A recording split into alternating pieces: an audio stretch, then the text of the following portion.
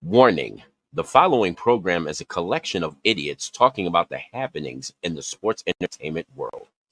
It is meant to be comedically informative.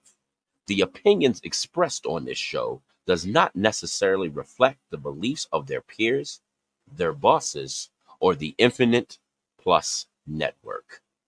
There may be some out of pocket things said on this show because this is how we talk to each other. If you are young, please seek permission before watching any further.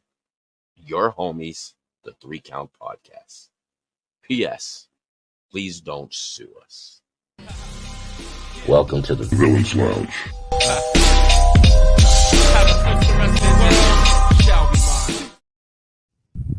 Ladies and gentlemen, boys and girls, supervillains of all ages, I am the Three Counts resident supervillain, the Dark Lord himself, the Dark Goat, and I am going to welcome you guys to the Villains Lounge on a Saturday when we should be doing it on a Wednesday. Yeah, that didn't happen. No comment. Well, I mean, look, I'll give it to it. Twitch actually was like, yo, are we going to do this? And you know what I said? No, I want to look at the back of my eyelids. So that's what happened. Or it might have been Destiny. It was totally destiny. It might have been that. Whatever it was, that was the reason it just did not happen. And then we also have a special correspondent with us today, Red Dog. That's right. Air Force veteran intel specialist, the one you call on when you need to get the job done. That's right, your friendly neighborhood Red Dog. So, I ain't gonna lie to you. I have not watched any AEW in weeks since I had to review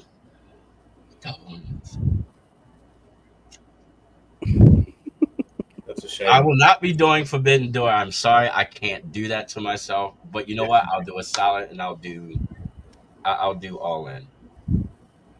That's like the next one. Okay, now let me remind you how you said you weren't going to do one show, turned around and shot yourself in the foot and did a 6-hour show. Okay, hold on. Sure you want to do All In? All In's gonna be a long, but that's kind of like big for them. It's in Wembley. I'll do the solid. This pretty you said you're gonna do All In and All Out. Man, that's crazy. Oh man, he is going hard. Actually, if I did one, I might as well do the other, shouldn't I? You might as well. Maybe. We'll see what happens. Let's see if they can talk me into it. So we're gonna start with the news. A lot has happened since we last did the Villains Lounge. We had a bunch of TNA crossovers. Yep. Jordan Grace getting the title shot at NXT PLE. Wow, I can't even fucking speak. Yeah, that was fun. And then on NXT the following week, we got Joe Hendry and Frankie Kazarian on NXT. Joe Hendry getting like big response for only being in the ring for like 15, 20 seconds, 30 seconds at most. What else has happened in the news? Well, let's not forget, right? So same thing with TNA, right? They had their event Hard to Kill. Oh yeah. And what's her face? Was it Tatum? Yeah, I think so. Yeah, she showed up. So it looks like we're having a nice little working relationship between NXT and TNA, or WWE and TNA, which is pretty fucking cool. I feel like that relationship is a little bit more beneficial than their previous relationship that they had, that I'm not going to mention because I don't want Twitch to blow a, Go ahead. Say it. No, I'm doing you a solid. Look, if you got into Tony's stash, I don't want you to have a heart attack. You mind your business. I'm just saying, man. Trying to look out for your health, sir. You're welcome. Mind your business. Okay, all right, my bad. What else has happened? The Wyatt 6 debuted. Yep. Sure, we'll get onto that. Yeah, we'll get on that with the Raw review. But yeah, they finally made their debut this past Monday. Jake Fatu made his debut last night on SmackDown. Yeah, we'll talk more about that when we review SmackDown. Shit. Anything crazy though? I don't think anything super crazy has happened. I mean, the Alpha Academy, they disbanded. Yeah, they did. They did. Not in the way I expected, though. No, it was in an odd way. Was expecting more, I guess. Yeah. Yeah, it was kind of a very breakup. But I Super mean, babyface breakup. Well, yeah, like I kinda. guess because I feel where you're coming from because you kind of expected more from like Otis, like especially when you heard the slap to Akira Tozawa's face and he like looked up and he just like turned around, he just stared at Chad Gable. Like you're expecting like Otis to like stand up and like do something, but they didn't. They just went to a backstage segment and he just like, we're out, and they just left. I wholeheartedly expected Otis to fold Gable in half. Like, Yeah. And instead we just get this, we're out. We can't do this anymore. I'm packing my bags and I'm going to the hotel for the night. Yeah. It was super duper babyface, like super. It was super lame. It was super divorced, separated parents vibe. Yeah. Right? Like, Mom and dad separated. Mom took the kids to the hotel room. They didn't want to fight in public. They didn't want to fight in public. I'm going to my sister's. You can call me if you care, and just walk out. It was pretty lame. Any news in AEW? I guess I'll be nice. Any good news? there's still a promotion. Darby, that's great news. Darby's healing. I heard something about that. He's still on the mend. Speedy recovery, buddy. He somehow made it through a week without some catastrophic event happening to him. Right. Nyla Rose got that huge pop though. I heard. Yeah. I heard. Yeah, big shout out. So big shout out to her. That's awesome. They started the Owen Hart tournament. Yeah. I will say I do like that they get a title opportunity now. Like it feels a little. I don't know. I just felt like it was just like, oh, you get a trophy and a belt, and then we don't mention it for the rest of the year. Yeah, because kind of like the world's greatest Royal Rumble. Oh God, yeah, that thing. But this is worse though. It's worse than that because like at least the world's greatest Royal Rumble, like they got a belt, like that was it, and it was just like a one-time deal. Like if you notice, like they never brought it back up again, right? Like they'll bring up like that Strowman won it, but they're like, get ready for the world's greatest Royal Rumble again. Like that never happens. But the Owen Hart tournament was like, hey, Adam Cole and Britt Baker won the first ones. What are we doing? Post that. Absolutely nothing. Willow wins, and that's how much I don't remember who was the male side that won. What was it? Ricky? Was it Ricky Steamboat? Yeah, no, it was Ricky Starks. Yeah. See, that's bad. Yeah, because what happened after that? Nothing. So now what are you gonna do? Now you're gonna have this third person show up, and they're gonna win, right? Whoever's gonna win, and now they actually get a title shot. So it means something, and I can appreciate that. Yeah, no, I appreciate them adding that. Do you use this opportunity to let Chris Statlander win it? You could. You let her win the TBS title. No, she's definitely. Oh wow! Nobody said it was going to be that title shot. It was going to be like a women's title shot. They just said it's a title shot. Touché. They did. She's gonna lose to Sasha. She's gonna lose to Mercedes Moné. You get an FTW title shot. Yeah, FTW for the world. The Ring of Honor Women's Championship. I'd be okay with that. To be honest, you're gonna make a new women's title. Oh God, please! The women's international tournament, international title. Oh God, damn it! Please don't give him ideas. Please don't. It's already out. Yeah, they're live. It's not like they're gonna be like, oh no, took our idea. No, I mean don't give them the idea, please. We need a women's coastal continental title. Is that what the other one's called? The one that, who has that title now? Because, like, what title does... So, the international is with Will. Yeah. What was the one that Eddie Kingston had? He had three of them. It's called the Continental.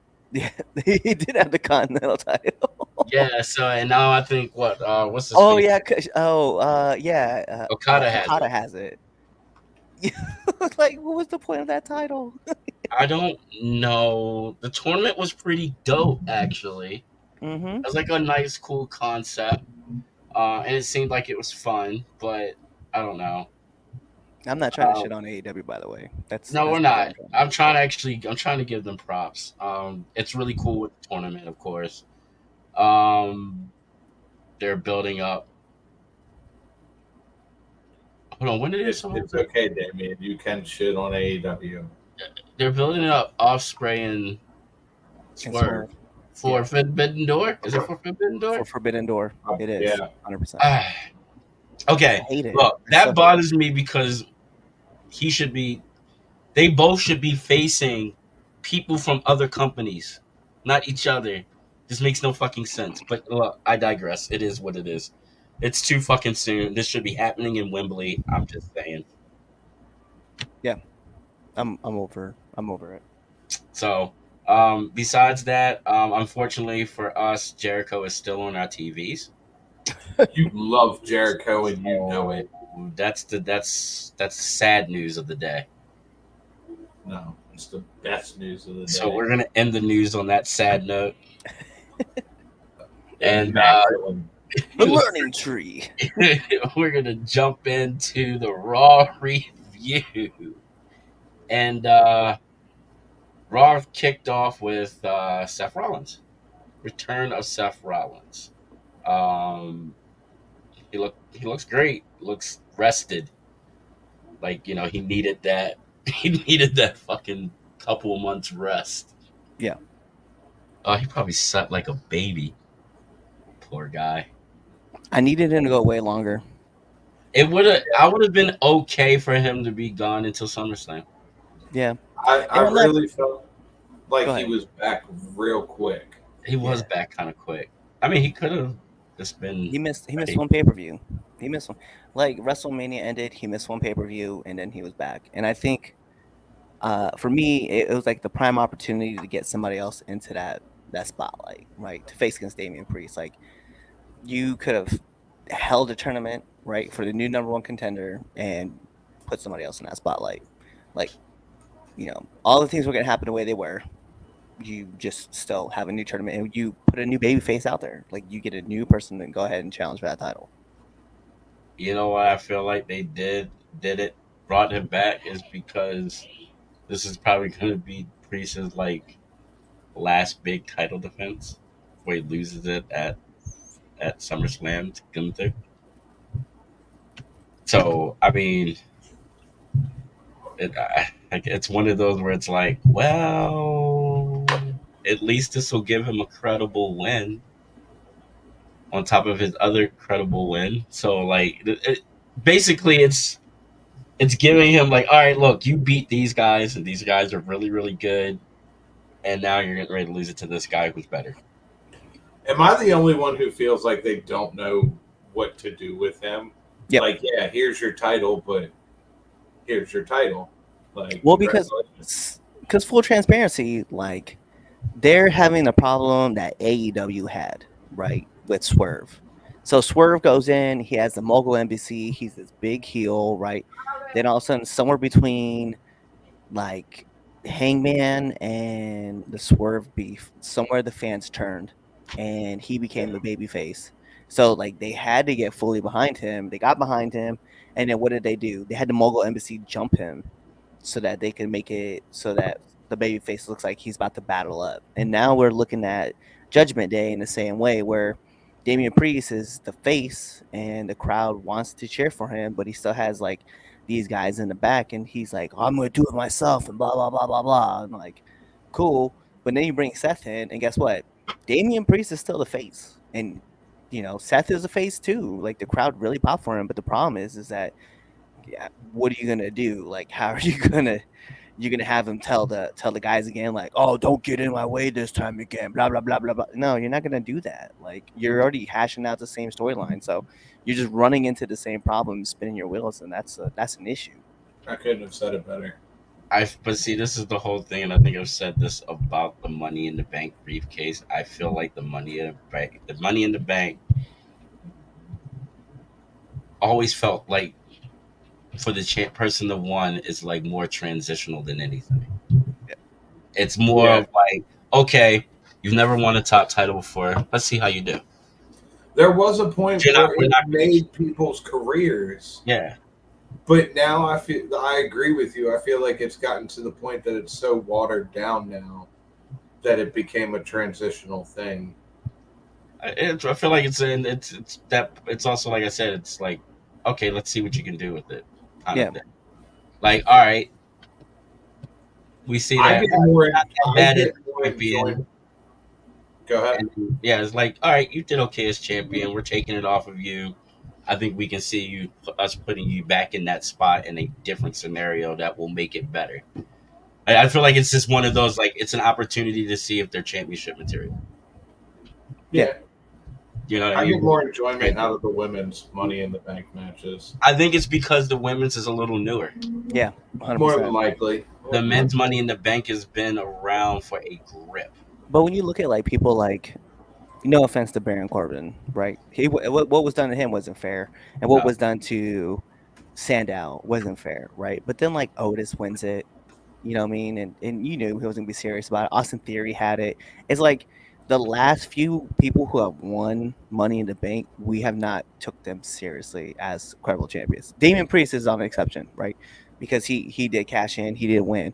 But it's like when Dean Ambrose cashed in, right? When Edge first cashed in, when Punk cashed in, Ziggler cashed in, when those guys all cashed in, it meant something. We were like, damn, dude, like this is awesome.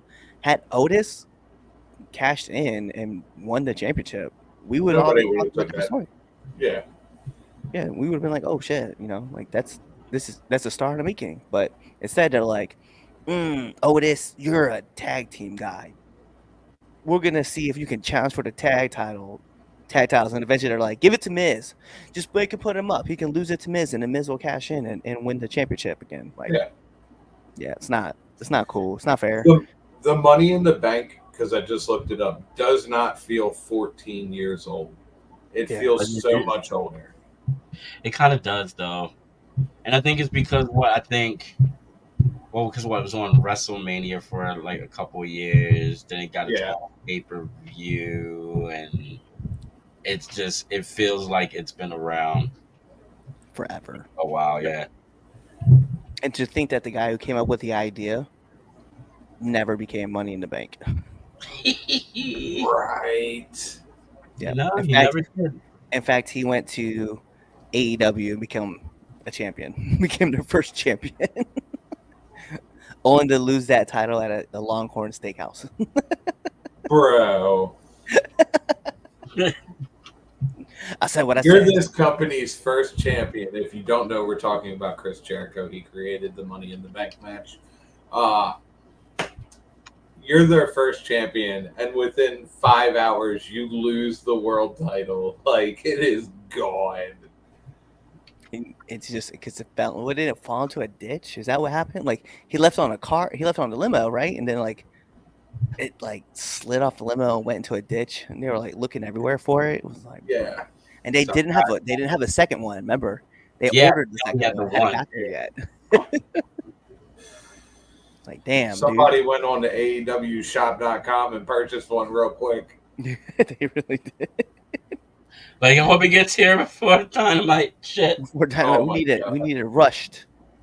Rush delivery. A rush delivery. When I look at it though, like we said, like, you know, you look at the women's side of things, it seems like every woman that's cashed in has won.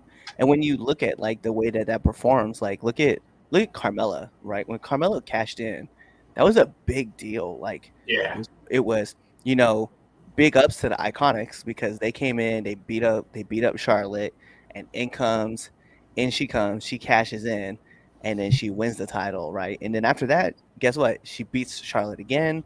She ends up beating Asuka, right? Like, she has this like incredible run going, and you know, and eventually she dropped the title. But like, when you look at like the men's side, like the last few winners haven't really felt like true winners until Damian Priest won it. And I can look at Damian Priest and be like, yeah, that's a credible champion. I mean, like Brock Lesnar won it, and he wasn't even in the match. He showed up, gave a suplex, and then just climbed the ladder and was like, "Ooh." Mustafa Ali was at the very top of the ladder, getting ready to grab it, and then Brock came out. Bro, you totally had enough time to unhook that briefcase. Yeah, and it would be like, oh, tough shit. Brock is fast, but let's be serious, he ain't that fast. No. Yeah, he's still a big dude, probably. Yeah, but he's a big dude. So he gets out, right? The music hits. He gets out and he does a little dance. At that time, Ali just clip. Oh, ding, ding, ding. Middle finger and get out. Yeah, that's what he should have did. Jump off and bail. Like, that's it. Just powder out and get to the back. And then explain later, like, he just was taking forever. I'm like, it is what it is. I don't know, man. When I look back at the last few people, and those were, like I said, right, star-making people, right? You could have could have had a Ricochet win, right? You could have had Mustafa Ali. You could have, a Buddy Matthews. Like, all those guys could have won. And think about how much it would have just pushed their career. Alistair Black, bro, like, he was it. He got thrown off of a building. Like, I forgot about the fight. Yo, Titan Tower, man. Like, yo. I totally forgot they did that. Yeah. Like, yo, he had the opportunity to run to the top. Like, I'm just saying, like, Rey Mysterio was in that match, too. Like, that match, like, you gave it to Otis. And who was the most credible person, though, that could have won it in that match? AJ Styles. Yeah. And he fumbled it into Otis's arms because Otis could have climbed the ladder. I will say that was probably one of the funniest endings to a Money in the Bank that I've seen in a long time. I thought it was. I have never been so pissed off to the ending of a Money in the Bank in my entire life. Like, see, I watched that knowing that, all right, you know what, this is just going to be something to laugh at. Like, oh, I knew it was going to be something to laugh at, but like, it was that ending laughable.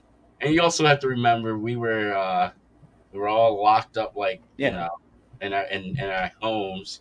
So, like, it was one of those where it was like, you know what? If I can get a good laugh out of this, I think I'm all right. But my thing is like, when you look back at it, though, like, again, it's Money in the Bank. That's like your kind of like your hidden ace in, like, your run of your poker hand, right? And, like, AJ Styles, and think about it, if AJ Styles wins that, guess what? It would have been that much better, you know? We've been looking at AJ Styles winning Money in the Bank, and how cool would it have been seeing AJ with the briefcase, AJ cashing in at some point. Phenomenal. Yeah. not to be cliche or anything like that, but that would have been a phenomenal moment. Like, I did forget about Money in the Bank was supposed to be in Baltimore that year, and I bought tickets and I was not happy. Oh, shit happens. But yeah, so wow, we didn't even get past the promo, and no, we didn't. We got super sidetracked. Wow. All right, so yeah, Damian Priest came out and talked that shit and gave Rollins a title shot at Money in the Bank instead of Rollins being in the Money in the Bank. Then we got Braun Strowman versus Chad Gable, and, well, poor Chad. That's what you get, Chad. Actually, he kind of deserved it, didn't he? He did deserve it. He did call for that match. He's like, I'll take on anybody. Exactly. That's what you get. Roman, and that's what he got. He got fucked up badly. And died. And then that's when Otis basically pushed Gable, and because of the way that he was acting, and stormed out like a mom leaving her husband in the middle of, I don't know, a family cookout or something. Damn, of all things. So then we had a Money in the Bank qualifier. It was Io Sky versus Kiana James versus Zelina. Ooh, why did I put an F on that? I cannot speak to that. Vega, and Io Sky comes away with the victory because of Liv Morgan, and Liv Morgan has become a bully. Hey, I just want to put that out there. She got bullied and became what she was fighting against, and Yeah, she didn't have to do that. To And quote, what she's been doing to poor Dom. to quote good old JR, that Jezebel. She is being one. Dog, when the week before when she looked at Dominic and she said, I think it's messed up that you have someone like Rhea calling you mommy when you can have someone calling you daddy. And I was like, God damn. I was like, hey, yo. Like, that's the most seductive thing I think I've ever heard. I was like, tell me more. You have my attention. Dom is such a strong dude. Like, bro, more power to him. Yeah, more power to Dom. Dom's like, nah, bruh, I can't be a part of this. I love mommy too much. But he always gets caught in these crazy situations. I am still holding to my guns that he is doing this to keep Liv Morgan right where Rhea Ripley wants her. And then when she returns, we're about to see Rhea beat the dog shit out of Liv. Yeah. On a whole nother level. So then we get a segment with crazy ass Braun Breaker. They need to put a muzzle on that poor guy. Really do. And he's like calling out Sammy, and then Sheamus comes out and he wants to face Sammy, and well, that leads us to them ending up in a match later on, which I feel like it was. We'll talk about the match in a moment, but like, I don't know. On paper, it's like I think you should clear all the fans out the arena and just let these two go at it. Yeah, because I don't think anybody would be safe. This is what we would like to call a good old fashioned slobber knocker. Right. So we're gonna get that later. Then we get Carlito beating Dragon Lee.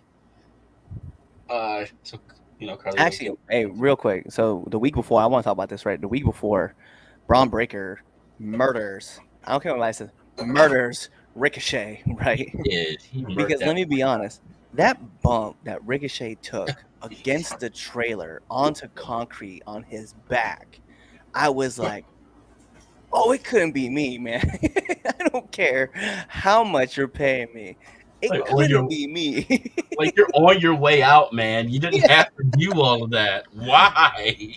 Like, I get, man, like, we going out on our shield, right? But God bless, bro. He took that one bump and hit right on his back, and I was like, yeah, I know that hurt. Oh, yeah. I know that hurt. I was like, that sounded like it sucked.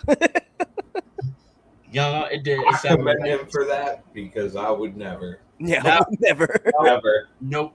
I'd be like, yeah. Well, even the bumps you see at ringside when they rip that padding up off of the ground and they why? Yeah. Nah, couldn't be me, bro. You know the bad part about it is, see, that's the thing. I've said this several times, like, nah, I wouldn't do something like that. And then I'm in the moment, and it's like, sure, why not? But like, at what point, right, during that segment, that there's a beatdown happening, right, and then Ricochet goes, "Hey, yo, Braun, dart me into the trailer." Like, think about that.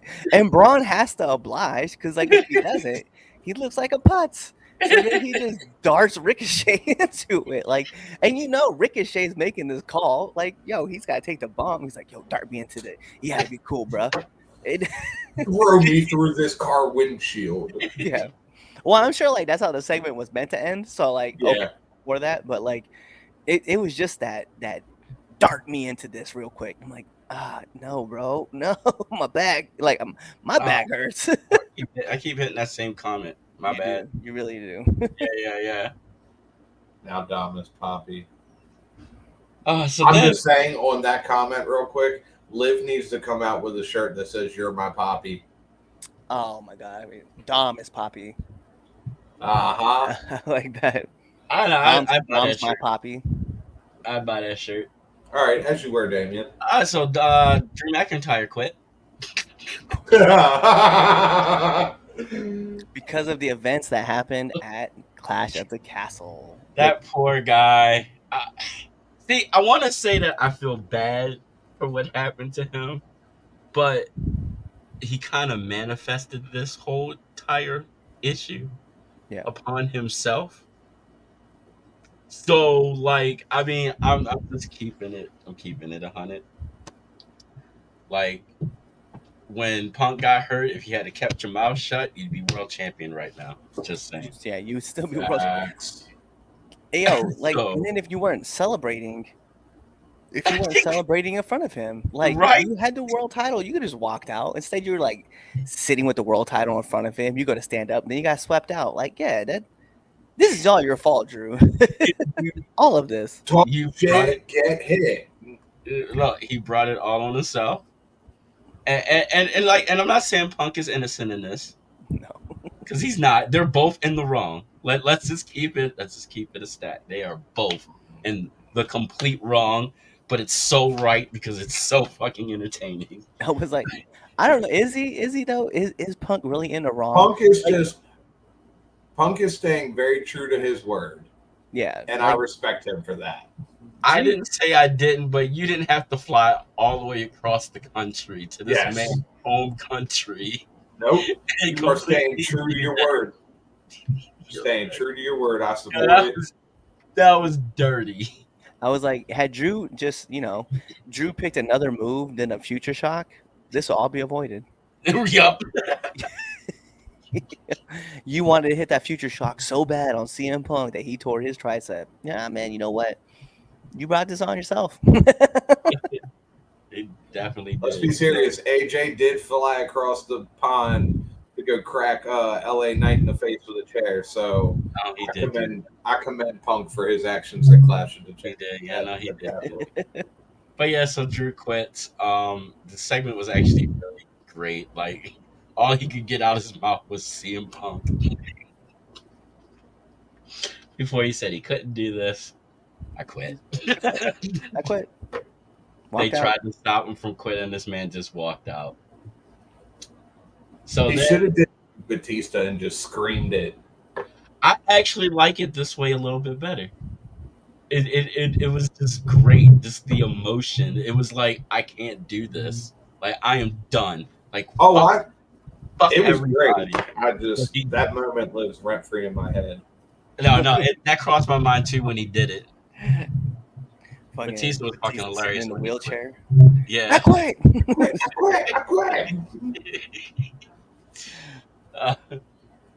So then we get a tag team match for the ladies. Carter and Chance versus Damage Control. And it looks like, because, Damage Control is just fucking with everybody, especially with the new girl. And Lara Valkyria ended up costing them the match. And Chance and Carter got a nice W out of that. So congratulations, ladies. Good job. They're always entertaining, though. I can't take that from them too. I love watching them work. So that was a lot of fun. So then we get Sheamus versus Braun Breaker, which we knew this was going to be hard, and they did not disappoint. However, in a nice little turn of events, the end of this match just went left. Oh, yeah. It went left real quick when Kaiser comes out, attacks Sheamus. Sheamus wins by DQ. Braun Breaker just, I don't know, he just lost his shit. That fucking spear where he ran around. Dom. Yo. Jesus, bruh. And I watched so many clips of that, people doing different shit to it, like coins falling out of the Sonic rings. Right. Dog, it was just how quick Braun closed that gap. He was really he closed it really fast. I know this man is That fast. speed, man, is just unreal. I'm trying to tell you, he was made in a lab. Nope, yeah. I've seen a picture of his mother. It is a real thing. You saw a picture? Has this woman talked? All we know is his real mom. Does she look like him? She's all CGI'd. Yeah. All right. You can see the resemblance. Find the picture and send it to me. Send it to me. I got you. I need to see this. Like I need to know that this. I need to find out that I need her name. I need to look her up. I need to see that she's a real person. But he like came flying around them stairs, and Ludwig just never saw it. I don't know how he never saw that shit coming. And he gave can we be honest? He gave Ludwig a full second head start. He did. And still met him in front of the announce booth. I'm like, oh my god, this guy 23 miles an hour just running around this ring. Like, God bless. It's unhuman. Oh, it is. And yes, the camera angles that they have been using recently since it has been gone has been fucking phenomenal. Yeah. They've been great. But then Braun Breaker gets in Sammy's face, and it's just you know what? If Adam Pearce had to put him in the King of the Ring tournament, we wouldn't have this problem. Yeah, again. Back to these problems. These guys having issues.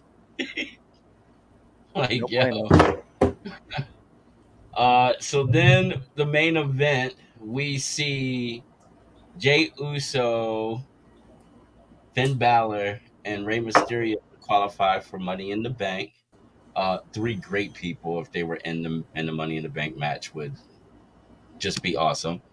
And Jey Uso got that victory, so he is in the Money in the Bank match. And I would like to say that was the main event. By the way, would love to say that was the end of things, but it wasn't. The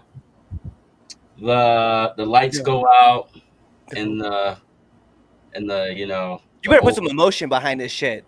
Okay, my bad. Sorry. You better keep it as bland as that shit was. Hey, man. Like you full on like VKM Michael Cole in this right now. You gotta put some emotion behind that damn voice.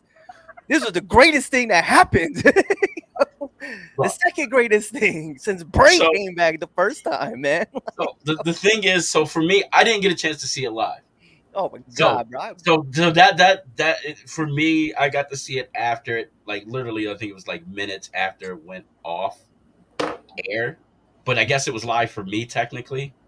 So like me watching it, it was like the funny thing is I forgot that they were supposed to be debuting tonight. I totally fucking forgot. So like when the lights started to go off, it was like, yo, oh shit, you're right. They are supposed to be fucking showing up.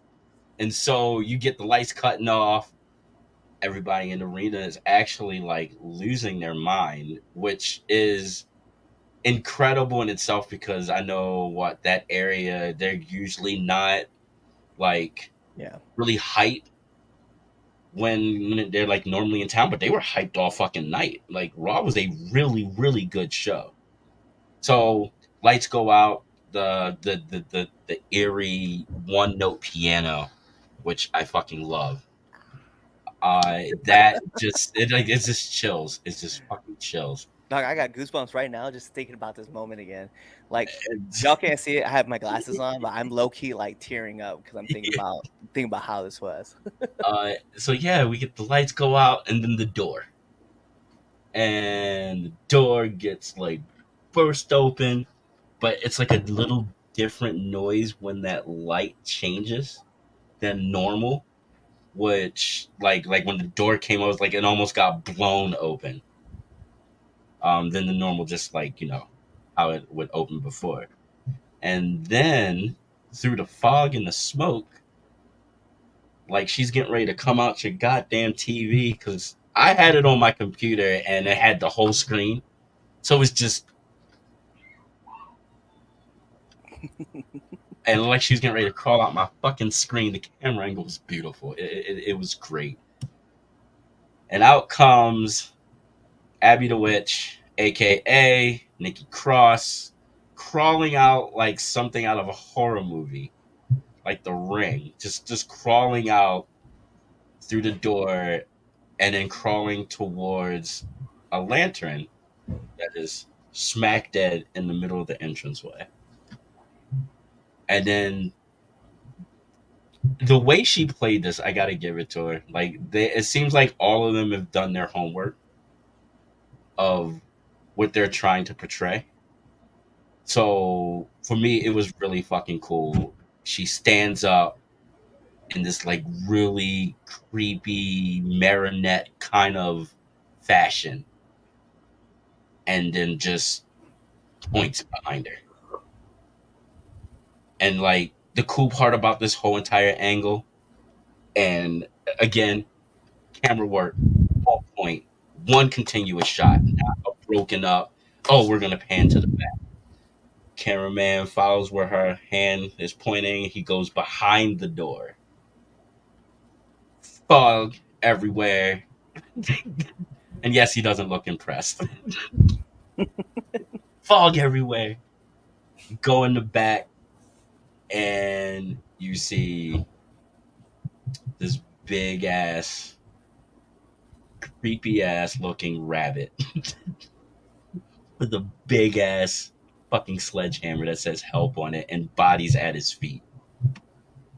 So that is a fucked up version of Rambling Rabbit, aka Eric Rowan, because it had a nice long red beard, tall as fuck.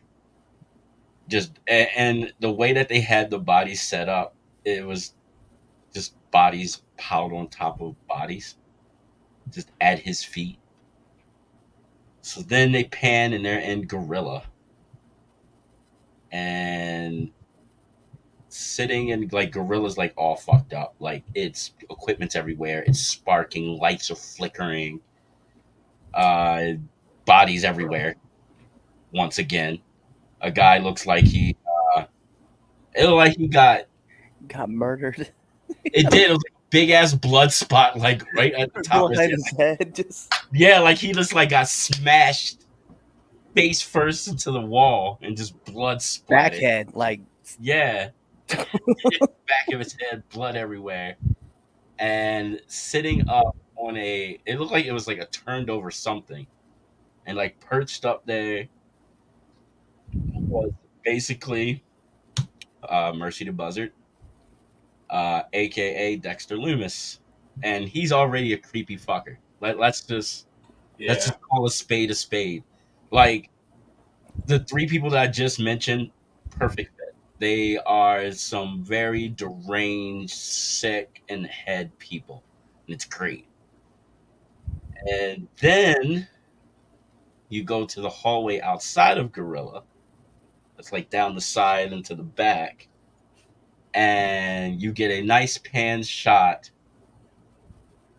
of Chad Gable. Well, before that, as the curtain opens up, Huskus the pig. Huskus the pig is right there first. You're right. Yeah, Huskus the pig is right there on the right. Joe Gacy, like a creep, as only Joe Gacy can do. Yep. And that'll be that he's doing Huskus. And then they pan to the left, and there's Gable. Poor Gable, with blood on his temple, looking like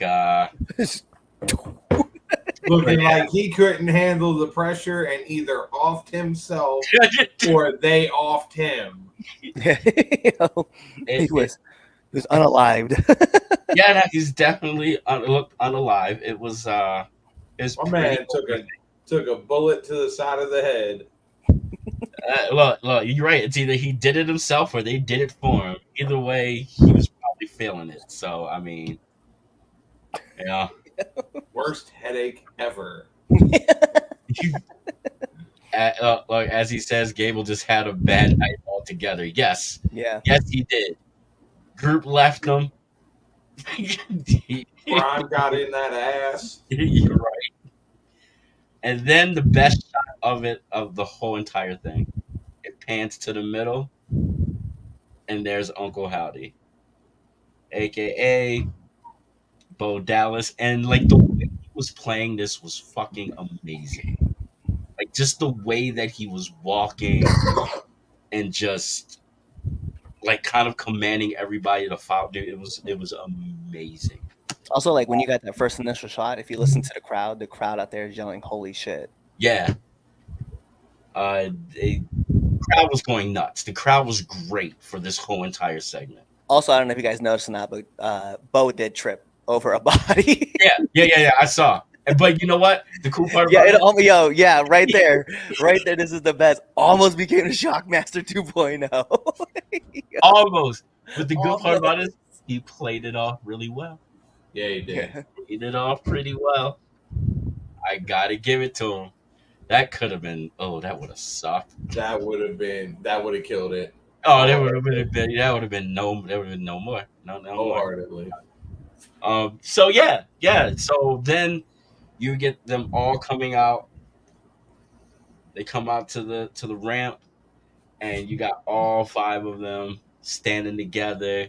They walk up to Nikki, who's been down in front of the lantern. Uncle Howdy picks up the lantern. Everybody it's like everybody flocked to the lantern. Family photo, y'all.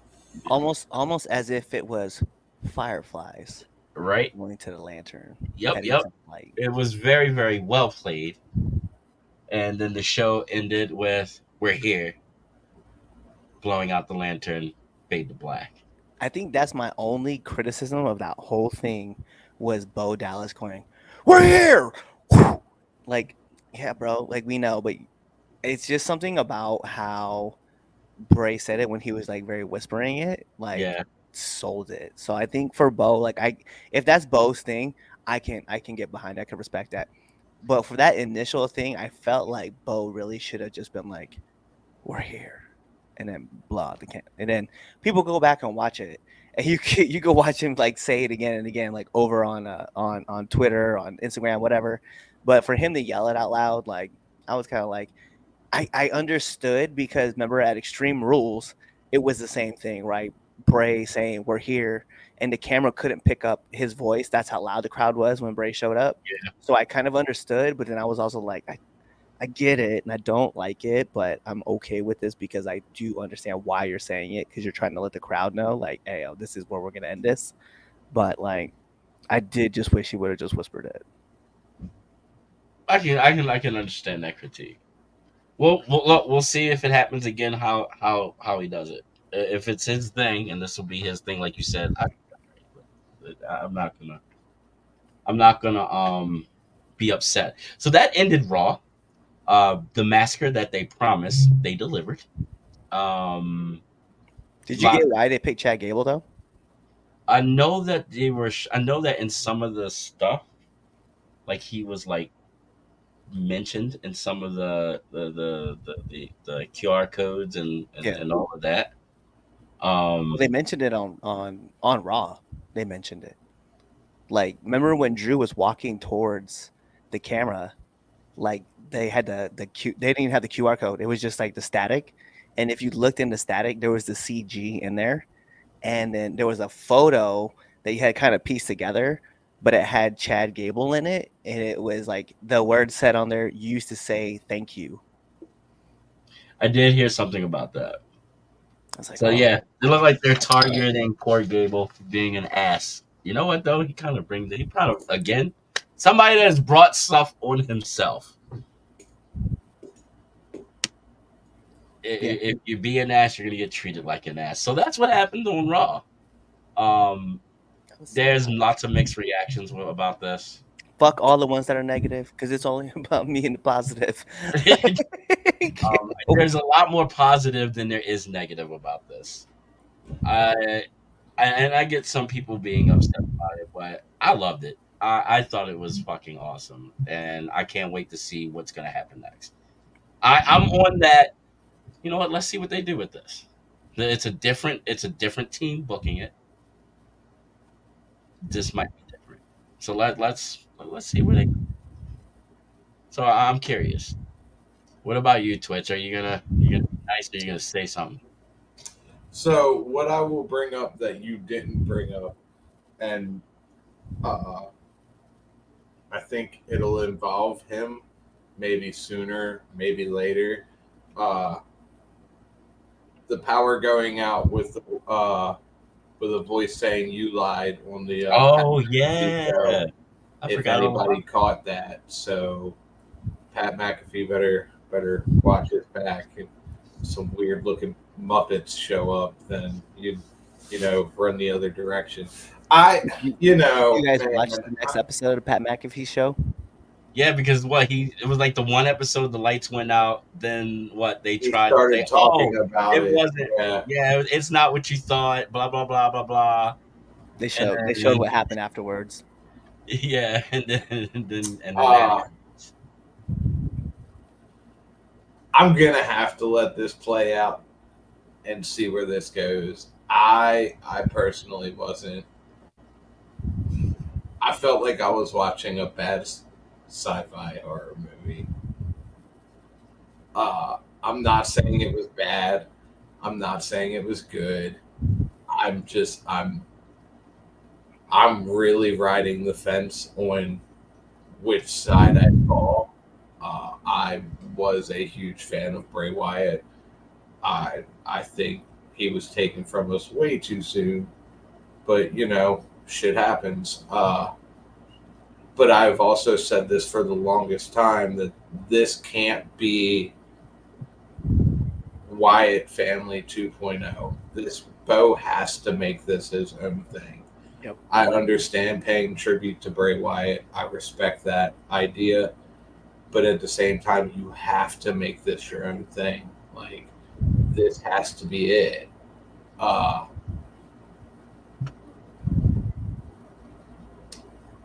I also noticed there's 5 of them, not 6. I can explain that. So go ahead. So I originally, and I'll say this with you, right? I originally thought that the next person was supposed to be Alexa Bliss. God, I hope not. No. That would initially, because it made sense. If you think about it, it makes sense, right? Bliss had that tie with Bray, but no, it was brought to my attention. The 6th spot is Bray. The Lantern. Yeah, that's what they're just like. We're just gonna leave it for Bray. I'm cool with that. The more I've had people explain it to me, Ed, who was in the comments, brought that same theory up. It wasn't someone that was in the comments that brought it up to me. No. Probably not to you, but he brought that up to me. At first, I was very about it, but the more I thought about it, I'm cool with that. I'll tell you this: the person that brought it to me still has ties in WWE. Okay, there we go. And I was like, God, I hope you're right, because I really I read it, and I was like, and I had like a tear come down. I was like, oh my God, I'm so shout out to that person. I was like, but if this is not true and it ends up being Alexa Bliss, still, I'm still not mad. I feel like that chapter has played its role. Like, you killed the Fiend. But like I said, I'm gonna have to see where this goes. I'm gonna enjoy the ride, regardless. I'm gonna enjoy the ride. I just think it's gonna be fun. I'm taking this as this is just carrying on Bray's legacy. Like that for me. That's why I'm gonna enjoy it regardless. We're basically getting to see part of what was going to come. You know what I mean? I think a big part of it for me is the masks. Like, I love them. I feel like I'm about to go watch Slipknot. Like, I'm so over that critique. Yeah, I heard that too. I've heard that too several times. Actually, I love the mask. I thought they were fucking. I like the Uncle Howdy mask. It's a lot better. It is a lot better than that the full cover one. Yeah, the full covered one. I like the Abby the Witch mask. That one looks like a mask that Corey Taylor would wear. Exactly. I don't like Rambling Rabbit. That's the one I love. I knew it would be. I I think the only one I'm really behind is the Uncle Howdy one. But I hope this is good. Where's Chaz when I need him for this segment? Because he would just go off. Yo, We'll probably be talking about this tomorrow. Don't worry. Oh, I'm he's not sure. gonna be on. He's not on tomorrow. Oh, well, I mean, you can talk Uh-oh. about it. And he can jump in the comments. Yeah, he's booked. Got So you.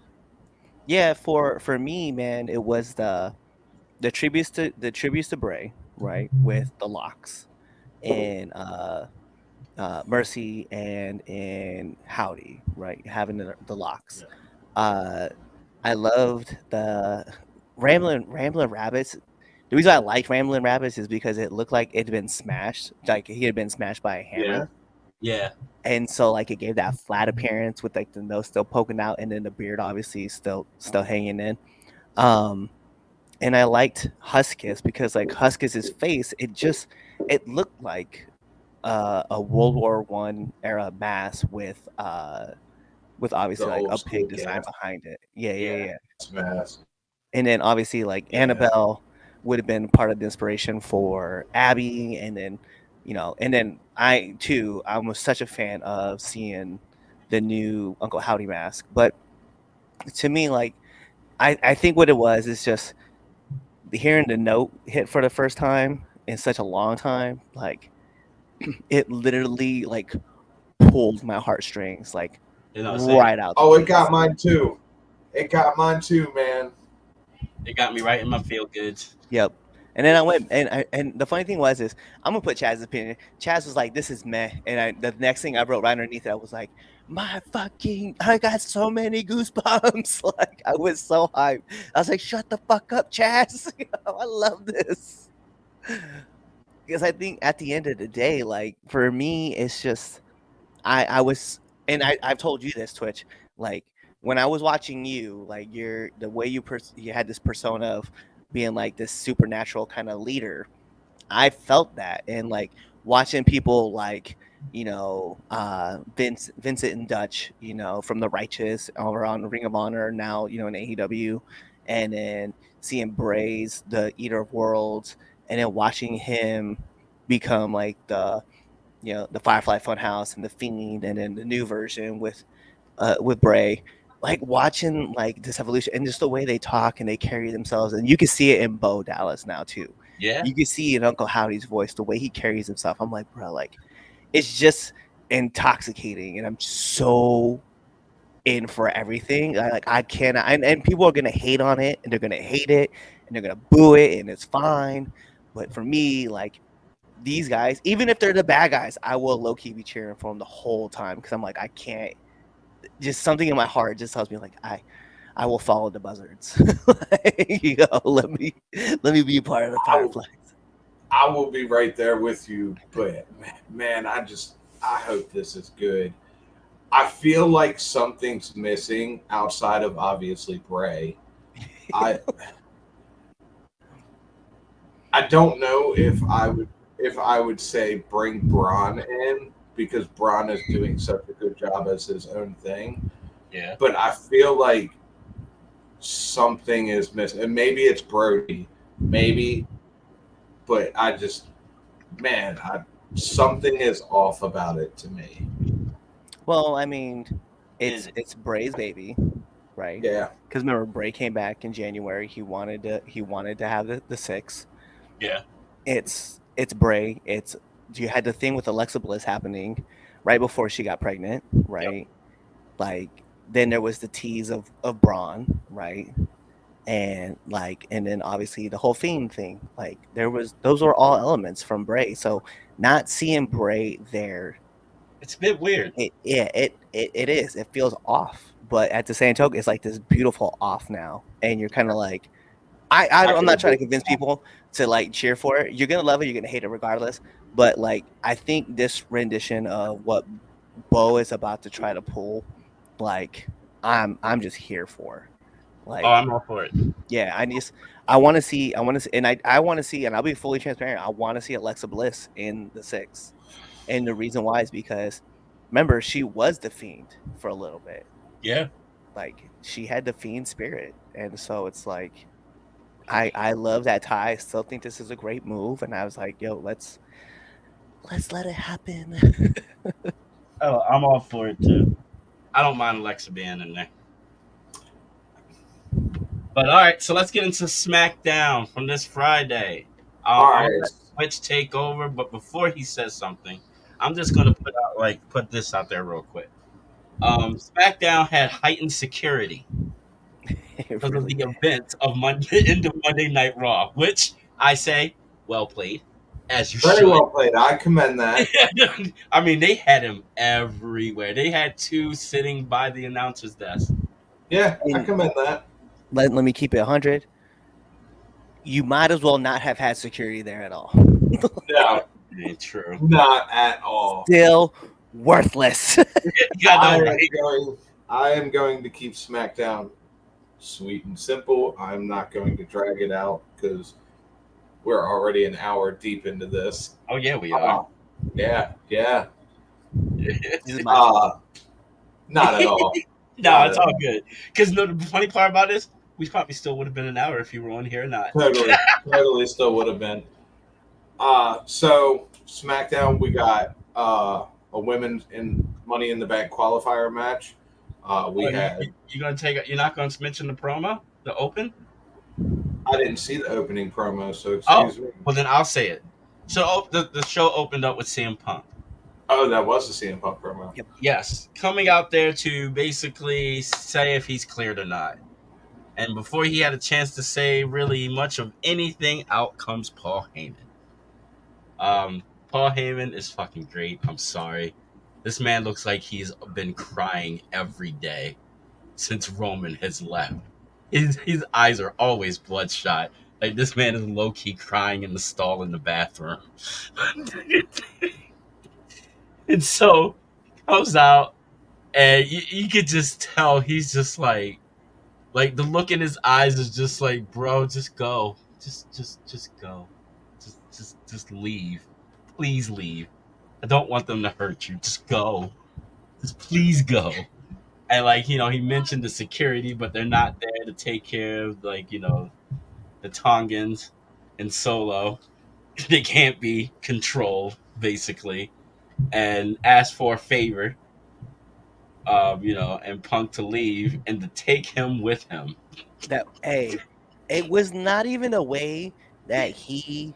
It wasn't how he. It's how he said that thing. Yeah. Yeah. Because it wasn't like he was like, "Take me with you." No, it was, Take me with you. "Take me with you." Like he Like he was in fear of his life. yeah. Like he was between two jilted, or like his jilted lover and like his new lover, and he was like, Right?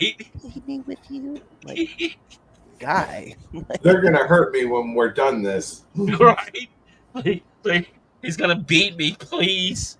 He's gonna he's gonna make me put the lotion on my skin or get the hose again.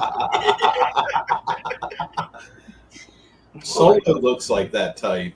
he kind of does, and the one glove doesn't help. Not even I'm close. sure Solo does. but- I'm sure Solo does. I'm sure he's like, Paul, get in the shower. Yeah. Put the lotion on his skin or gets the cold water again. Poor Paul Heyman. Damn, Paul's Twitch, like, do your okay, Mr. Solo. Hold on. Time out real quick, because I want to pay attention to this comment. Damn, Twitch, do your homework, bro. Look here, you motherfucker. I have been going nonstop for 3 weeks, so sit the fuck down and shut the fuck up. Oh shit! But this is how you get the main event, by the way. This is Yes. how the main event came through.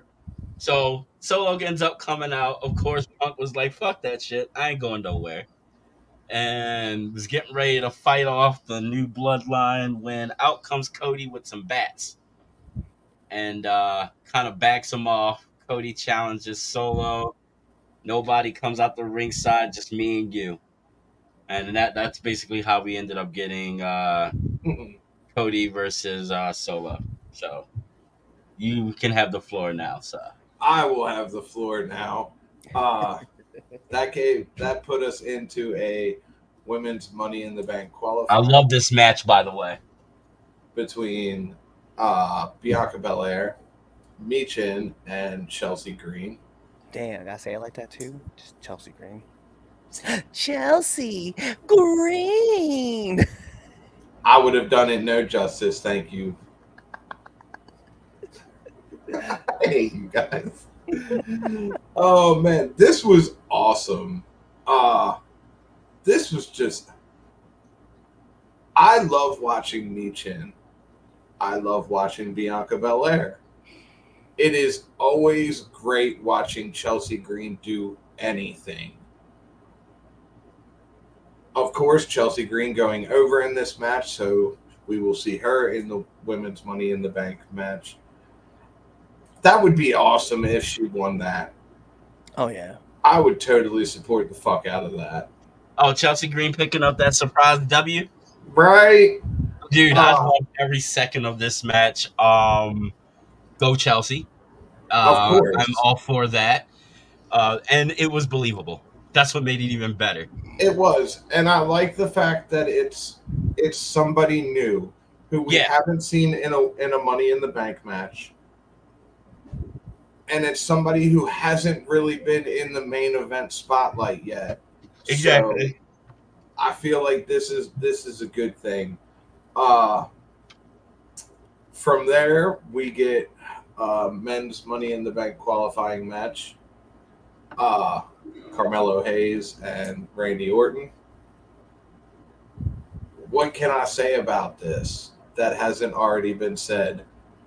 Carmelo Hayes is fire. If you haven't seen him in NXT, you are seriously missing out.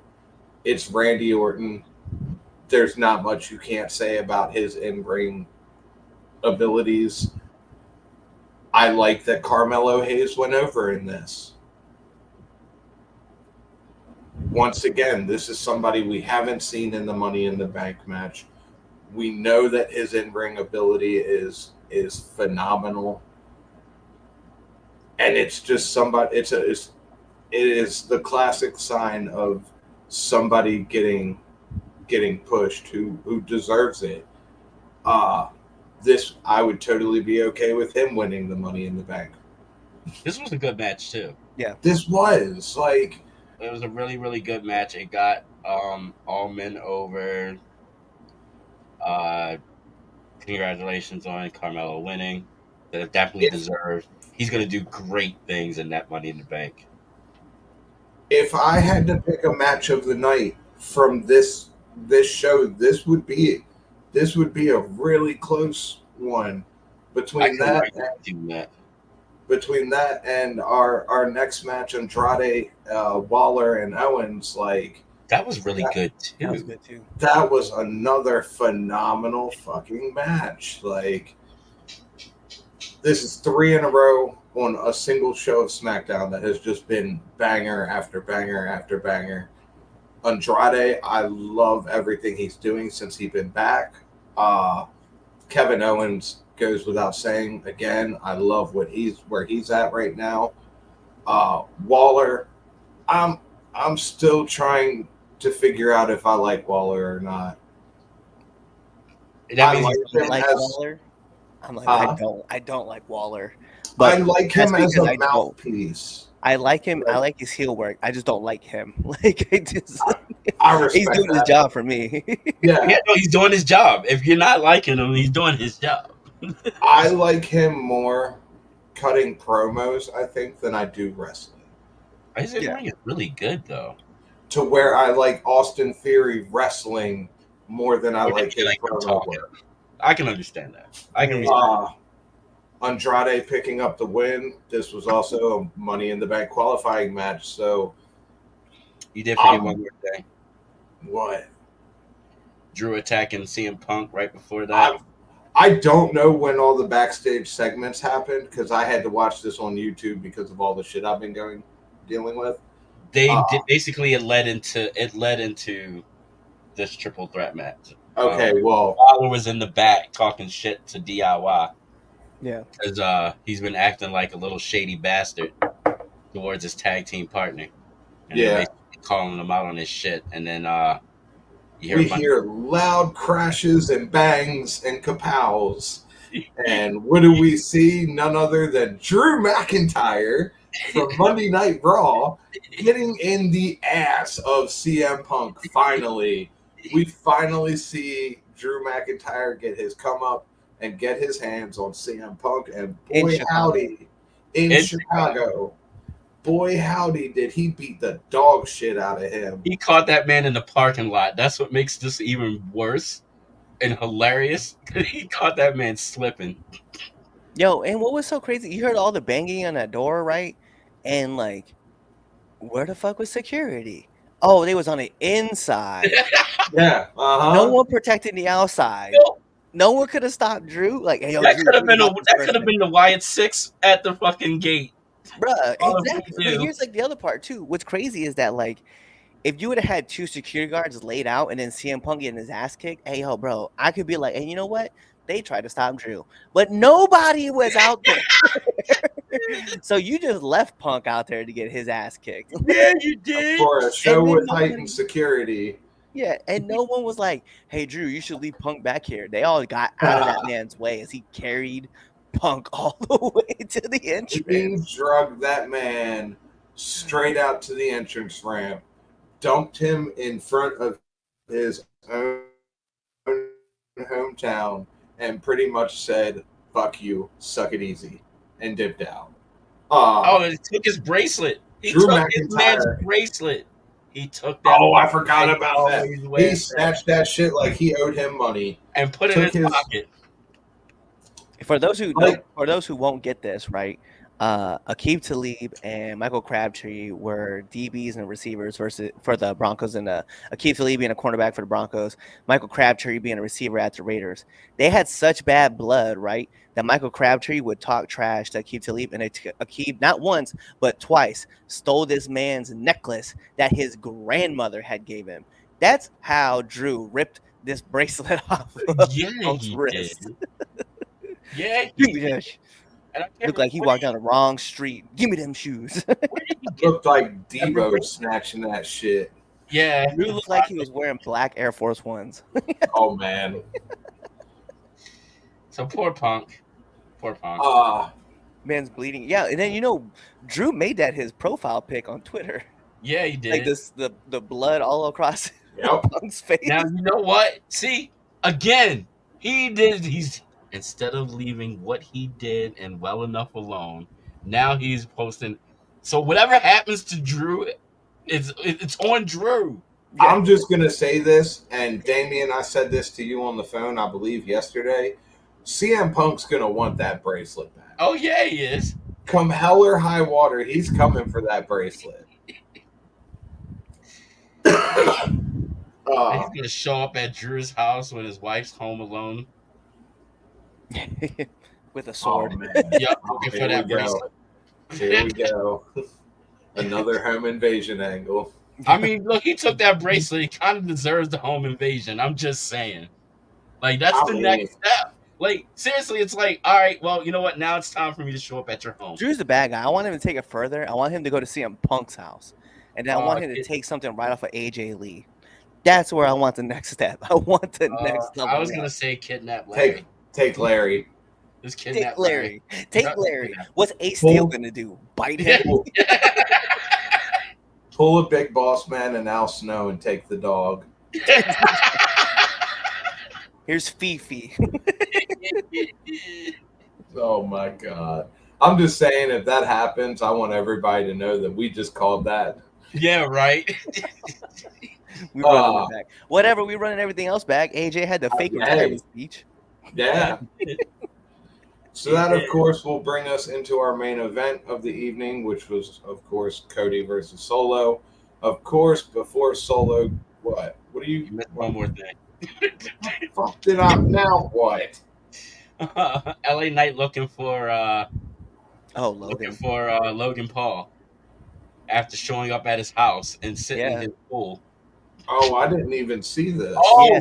So LA Knight came out. He cut a promo talking about how he wanted to talk to Logan. So Logan was like, Logan, he's like, yo, Logan, I want to talk to you and bring that fancy little title of yours out. And so instead, Santos Escobar came out. Him and Santos had words. Santos tries to hit him with his finisher. Instead, he gets caught with the BFT. And as he gets caught with the BFT, he stands up, turns around, and Logan Paul smacks him right in the face. And then what makes it even better, like he hits him, and then he looks at LA Knight. He's like, yo, LA, get up. Get up. And then he does the Roman thing with the fist.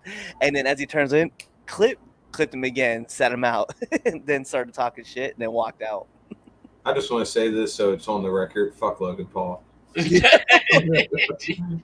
man. You know what? I'm here for it. That man can wrestle and cut promos. Like, he's doing pretty good. Oh, man. Yo, LA Knight was out there talking all his shit too. Come on out, Logan Paul. Come talk to me. I know you're in the back right now. Yeah. And the people are going to say it with me. LA Knight. Right? And then all of a sudden, Logan Paul's like, night. No, I have said this to Damien before. I will give credit to Logan Paul. He can wrestle. He can talk. He's what you would look for in a wrestler, honestly. He's a great fucking natural heel. He's a great natural heel. He's got a punchable face. He has a very punchable face. I'd love to do it with a brick in my hand. Hey, yo, Logan. What's red and hard and bad for your teeth? A brick. Anywho, getting back on track, that brings us to our main event of night of Cody versus Solo. Of course, before Solo comes out, Heyman is talking to him about this is not what the tribal chief would want. You're doing things out of protocol. And Solo has the misfortune of telling him, I love you, but Roman's not coming back. Paul's reaction. Yeah. Paul's just dumbfounded. Poor Heyman, bro. Can we just talk about Heyman right quick and the mental abuse this man is dealing with? He's going to lose what little bit of hair he has left. I know. Dude, did he look like you would have thought he just found out that like somebody like murdered his whole family? Yeah, exactly. Yeah, that poor guy. Oh, man. Well, because remember earlier in the night too, Solo was like telling him like, yo, go tell Tomaloa and Tomatonga to take out Kevin Owens. Yeah. And so like right before the match, they came out and beat the dog. But like he's like, someone should, what he said, someone should go tell Tomaloa and Tomatonga to take out Kevin Owens. And then he looked right at Paul, and Paul's like, me? I right. Like, why do I gotta talk to those crazy ass fools? Why would you gonna make me talk to them alone? Right? Do you know what they might do to me? He's like, I'm the tribal chief. I'm gonna do this. It was great. Like, dude, I'm looking at the still picture right now, and it's like after he says it to him, and the look on Paul's face, dude, it's fucking amazing. He's just like, This what? was one of the greatest, like, hey, such and such isn't coming back. Sorry, I got to go do this thing now. Yeah, like I hate this, but I gotta go real quick. Right, like I gotta go handle some business. But oh, by the way, of course, this was a solid match. Cody goes over Solo via DQ, and now we're going to talk about what that DQ was. That DQ came in the force of none other than the Samoan werewolf, Mr. Jacob Fatu.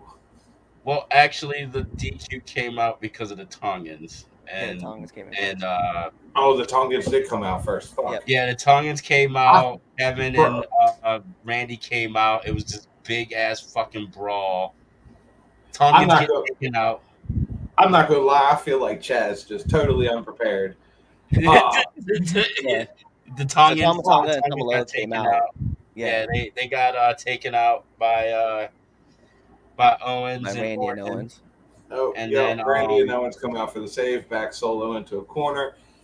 This is one of the few times we see Mr. Solo Sikoa in the corner, hands up, please, begging for his life, only to show that weird, sinister smile. And then comes the Samoan werewolf, Jacob Fatu. and proceeds to get in the ass of every single person or moving object in sight. The way he threw himself into Randy Orton into that barricade was just, and the barricade hardly broke. No, it did. Poor barricade. Poor Randy. Those super kicks looked amazing. He looked amazing. He's lost some weight. He's lost some weight. He's dropped a lot of weight. The only thing I will say that is, and I fear for my life saying this in case he sees this, because Jacob Fatu is a scary motherfucker. His head looks weird.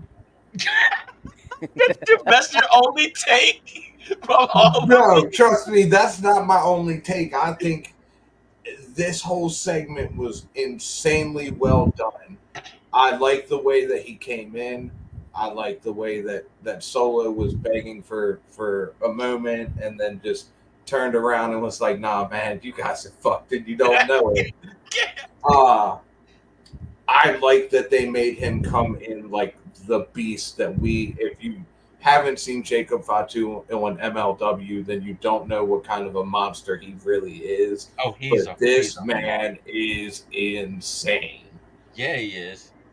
This man legitimately was in prison. Yes. In case people don't know, he really served time. Yes, this was not. That's why I love it. This man is a legit convict, and that's no storyline. That's not a storyline. That's a real thing. He's crazy. And that dude, like you said, the fact that they had him come out there and decimate. Can we say three of the top stars in the company? But what made it better, right, was he hit Randy with a super kick. He hits Cody with a super kick. KO hits him with a super kick, and he just shrugs it off. Yeah. He's just like, nah, bro, eat my super kick. Randy who got him out there? No, Cody goes on the attack. Yeah. Gets him out of the ring, and he's just like, no, you're coming with me. Yeah. Well, okay, so I'm going, this is the one part I'm going to criticize, right, is this part, right? So he hits all three of them with super kicks, right? He gets out of the ring, right? And he's just like, right? He's hyped. Listen to the ref, because the ref goes, Cody, get Cody. Yeah. He says it like that to him. So, you see him turn and look. He's like, oh, got him. Rip. You're mine. Yoinks him out the ring and then just, proceeds to throw him on that table and then, dives off the table, which was again for somebody that's never been in the WWE system. He fits perfect. That's the thing. These three guys that have recently come in, along with a fourth on its way. None of these guys have been in, except for one, hasn't been in the WWE system. This is their first time in there. So for them to be, they've all been adjusting actually very well. I am afraid yet excited to see what's gonna come next. It's like watching those Faces of Fear videos on online or on Twitter or something. I saw one of an elephant turning on his handler and completely crushing him by stepping. I saw that while I was sitting down to eat dinner and was like, why am I watching this? So was I. I was eating dinner too when I saw it. So my theory is I wait for, as far as this new bloodline story is, I wait for Hakulio to show up. Yep, see Cliff agreeing with me. Yeah. And then I think Roman returns, and for some reason I have the feeling of Team Roman versus Team Solo is your War Games match. I'm for it. I think there's one more person. I know. I support that $100,000. Yeah. There's one more person I think is coming in that no one knows yet. They got so many fucking family members that wrestle. Big ass family. I think there's one for sure, possibly two. that's still coming into the E that no one knows just yet. And unless you're like a deep hardcore like indie fan, like Lance on Hawaii is gonna That's be what I on was his getting ready to way. say, Lance. You And got then Lance out there. Zilla So. Fatu. Yeah. Is I could, Zilla And you Fatu also would got to be the remember, perfect fit. Zilla and Jacob were tagging for a while there before Jacob got signed. Yeah, that Samoan Dynasty is going to be a real thing that happens in WWE. Yeah. Like, it's going to be a real thing. And that's fucking dope. It's fucking dope. I am all for it. Can we get that? And then can we get like a supper scene where like Roman is in the middle and like only one of them turns to look like they're going to betray him? You know, like that painting, you know? Yeah. Oh, like I'm down for that. The Last Supper painting. I'm down for that. I was there, by the way, for that. We know you were. Yeah, I know, because there's like this weird empty spot, and I figured you were probably like right in that spot. Yeah, they took me out. That's when he was in line for tickets to see Jericho live in concert. At the Coliseum, the Roman Coliseum. Yeah, exactly. It was just opening. Well, I will let you know. I will pay for tickets to see him and Fozzy in concert before I watch this fool wrestle in person. That's because, like my thing says, you love Jericho. I like Jericho's music. Let me throw this out there too. Jacob Fatu looks amazing, by the way. Yeah, he looks like he went from about 260 down to like 225. He's lost a lot of fucking weight since the last time I saw him. He looks fucking amazing. And so if that's the reason why we didn't want him to debut at like WrestleMania, or we didn't want him to show up to, what was the next one? The one in Paris. Yeah, back there. If that's the reason why, I get it. I support it. No, if they wanted him to get healthy, I support it. I'm not mad at it at all. Get into like better, dude. All for it.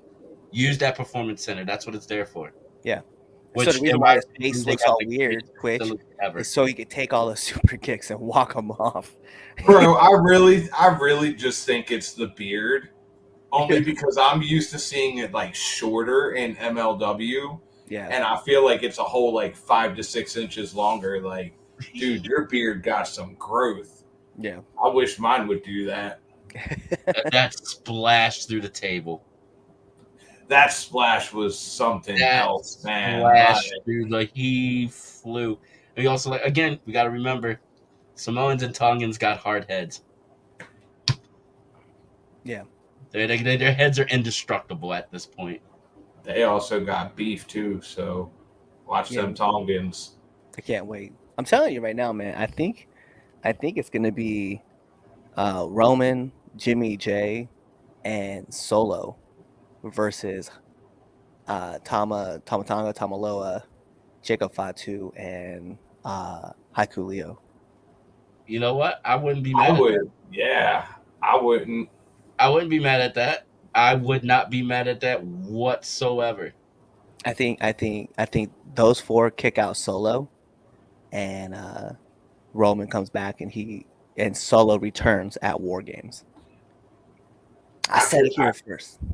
He did. Hey, and I also wouldn't mind seeing Roman picks the honorary Uce, Mr. Sami Zayn, to go into battle. That would be, actually, you know what? I'm not even mad. I wouldn't be mad at that either, actually. I don't want to see it. And then I want him to be, talk about it. He's like, we're all going to be a little Uzi. Team Uzi. Team Uzi. I'm all for that. Man. Well, but that was SmackDown, ending with Jacob Fatu getting in everybody's ass. Solid show, man. Solid show. I love the picks for the Money in the Bank qualifying matches. I love. Dude, I like the logo. It reminds me of like Spy versus Spy or the Italian Job. I can see that. But no, all around, as always, SmackDown was fucking great. SmackDown was solid. From what I've seen. But yeah, so that's the end of our show. Thanks for sticking around for an hour and a half. The goal is to see y'all guys next Wednesday. We might continue to just be on X and Twitch and then upload the episode later on to the Book of Face to YouTube. Yeah, no, I just wanted to try something different. If you're wondering why we're not on Facebook and YouTube Live, I just wanted to try something different. But yeah, like, subscribe to all our stuff. We're on X, 3count_pod. Everything else is 3count_pod, one word. And yeah, like, buy our shit. Watch our shit. Now in the ring. Debate show tomorrow. No Chaz, by the way, so you're welcome. Watch our shit or the YF6 gonna get you. Yes, they will.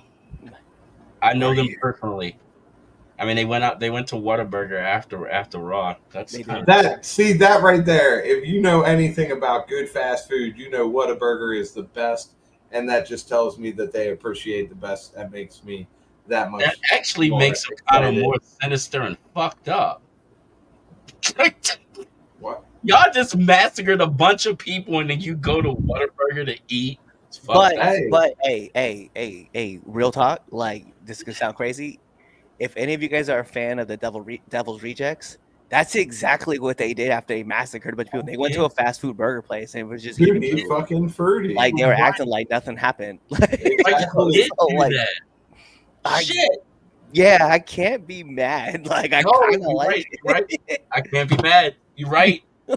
And if you haven't seen that movie, feel free to sit down with your kids and watch it. It is a great, wholesome family movie. Both of them. Yes. Make sure you start with House of 1,000 Corpses first. Yes, start with that one first. Yeah, I second that emotion. You heard it first on the Villains Lounge. Watch horror movies with your kids. It grows character. With that being said, good night. We're